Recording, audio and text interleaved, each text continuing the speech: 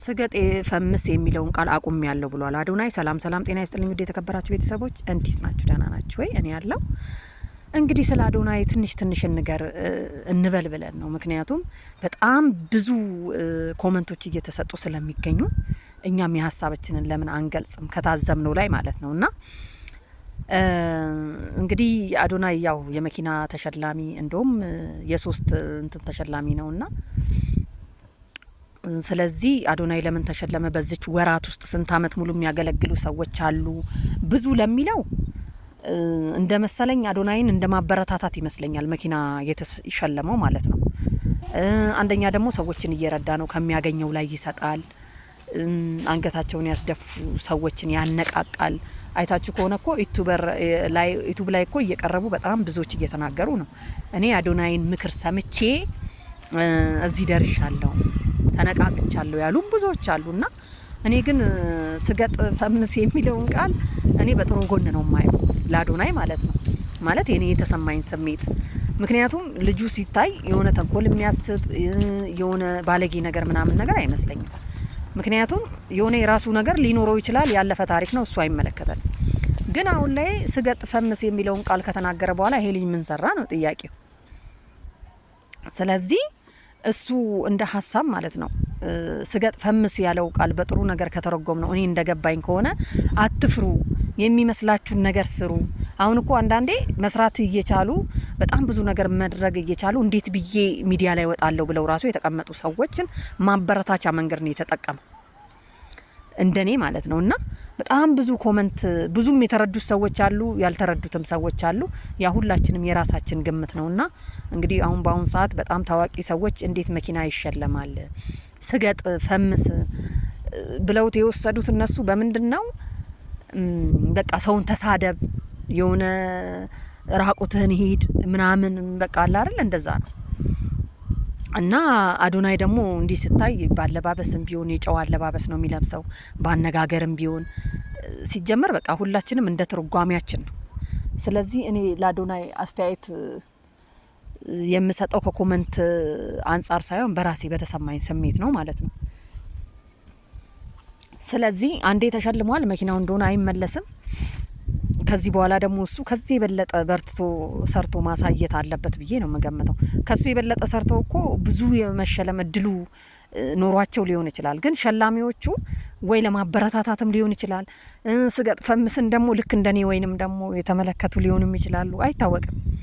ሀሳባችን አንድ አይነት ሊሆን ይችላል። ምክንያቱም እኔ የወሰርኩት እንግዲህ ያው እንደተናገርኩት ማለት ነው አዶናይ በጥሩ ነገር ሊያበረታታን፣ በተለይ ሴቶችን ሊያበረታታ ምንድን ያለው አትፍሩ፣ እኔ በቀን 10 ቪዲዮ ለቃለሁ፣ ዝም በሉና ልቀቁ ነው የሚለው።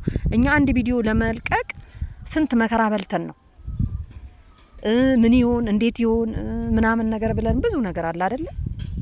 እንደዛ ነውና ሰዎችን የማበረታታት እንትኑን የያዘበት ነው የሚመስለኝ ቃሉ ማለት ነውና ቤተሰብ ያው ሌላ ነገር ሊሆን ይችላል፣ ግን እኔ የተሰማኝ ስሜት እንደዛ ነው። ያው ልጁ ትንሽ አማርኛውንም ትግረኛውንም ቋንቋዎቹ አንድ ላይ ስለሚቀያየጡበት የሆነ ሲያስበው በጣም ምርጥ ቃል እንደተጠቀመ መስሎት ሊሆን ይችላል። እና በጣም ይሄን ያህል እንግዲህ እሱ አይ እኔ አቁም ያለው ስገጥ ፈምስን አቁም ያለው ብሏል። ብዙዎች ደግሞ አንተ ሰግጠክ ፈምሰክ እኛ አሁን መሰገጥ ከጀመርን በኋላ መፈመስ ስንጀምር እንዴት ነው ስገጥን የምናቆመው እያሉ ነው ማለት ነው። እና ቤተሰብ ምን ይመስላችኋል? እና አናቆምም እንደቀጠለ ነው እየተባለ ነው። እንግዲህ አንተ የድርሻህን ተወጥተሃል። ስለዚህ ያው እኔ የሚሰማኝ ግን እንደዛ ነው። እና በጣም የእምነት አባቶችም እየተናገሩ ነው የሚገኙት የስገጥ የሚለው እንትን ከሌባ ጋራ ወይም ደግሞ ከመስረቅ ጋራ ምንም የሚለያይ ነገር የለም እያሉ ነው ማለት ነው።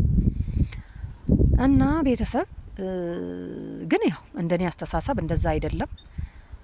ያው አዶናይም ቢሆን ያው ለኔ ምንም አላረገልኝም፣ እንግዲህ ለሱ አገዛ ነው አትሉኝ።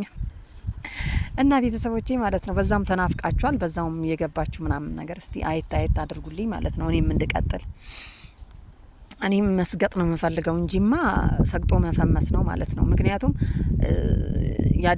የአዶናይን መስፈርት ይዤ መሄድ አለብኝ። በጣም ብዙዎች ደግሞ እየሄዱ ነው ማለት ነው።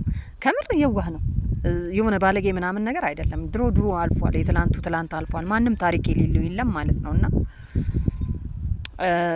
አንዳንድ ጊዜ የሆነ ነገር ስንናገር የድሮ ታሪኩን አምጥተን መጀመሪያ እንትንልና ከዛ ደግሞ እንቀጥላለን ማለት ነው። በእውነት ይሄ የቅናት መንፈስ ነው ብዬ ማስበው እንጂ ለምን ተሸለመ ሌላው እያለ ብዙዎች አሉ መሸለም የነበረባቸው። ግን ይሄን ልጅ እያደረገ ባለው እንትን ቢያንስ ካገኘው ላይ የሚያካፍል ልጅ ስለሆነ ለማበረታታት ይመስለኛል እንደኔ ሀሳብ ማለት ነው። ደግሞ በትንሽ ጊዜም ሆነ ፈመሰ ምናምን ነገር አለ አይደል? ስለዚህ ቤተሰብ ማለት ነው ሰግጡና ፈምሱ አልቀረም። አዶናይ እንዳይቀር ያላችሁ ብዙዎች ቪዲዮ እየሰራችሁ ነውና መቅረት የለበትም ባይነኝ እኔም ማለት ነው። ምክንያቱም እንዴት ይቀራል? ያው በጥሩ መንገድ ወስደ ነው እኛም ደግሞ አለ አይደለ በሱ የሚሄድበት መንገድ አሁን እኮ እሱ ስገጡ ፈምሱ ብሎ የሚሄድበት መንገድ እኮ በጣም የሚያስተምር ቀጥ ያለ ነው። አይታችኋል። ጋሽ ተዋናይ ሰለሞን አይታችኋል አይደለ? የሰው ደስታ እንዴት እንደሚያስደስተው ሰዎችን እንዴት እንደሚንከባከብ ከመር እስማ የሚገርም ነውና ለሰዎች ያለው ቦታ በእውነት እኔ ሳስበው ሰው ራሱ በልቶ የሚጠግብ የሚመስለው አይመስለኝም። አንድ ቀን አዶናይ እንግዲህ ጋብዘኸኝ በደንብ አድርጌ እንድመሰክርልህ ማለት ነውና የሆነ ሰዎችን ስላወቃችሁ ምናምን ነገር ሳይሆን በሚያደርጋቸው ነገሮች የሆነ እንትኑን ምንድነው ውስጡን ልትረዱት የምትችሉበት መንገድ አለ ማለት ነውና ቤተሰብ እኔ የተረዳውበት እንግዲህ ስገጥ ፈምስ ይሄው ነውና አዶናይ ማቆም የለብህም ባይነኝ ማለት ነው። ምክንያቱም ቀጥልበት፣ ጥሩ ነው። ሰዎችን እየረዳን ያለኸው ሰዎችን በጥሩ መንገድ እየተንከባከብክን ያለኸው ለሰዎች እንደምታዝኑ ያስታውቃል። ስለዚህ በጥሩ መንገድ ከተጠቀምክበት ስገጥ ፈምስ ይጠቅማል ብዬ አስባለሁ ማለት ነውና ያው ማበረታቻ ዘዴ ነው። ቋንቋዎቹ አንድ ላይ ስለተማቱበት ሊሆን ይችላል ወይ በሌላ ቋንቋ ይቀይርልን እንጂ እሱ መጥፋት የለበትም ባይ ነኝ።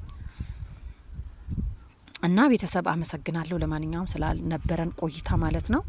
እስቲ እየገባችሁ እዩልኝና ሰብስክራይብ አድርጉኝ ቤተሰብ ማለት ነው። ያው ብዙ ጊዜ ስለቆየ ሊዘጋብኝ ነው መሰለኝና ባይ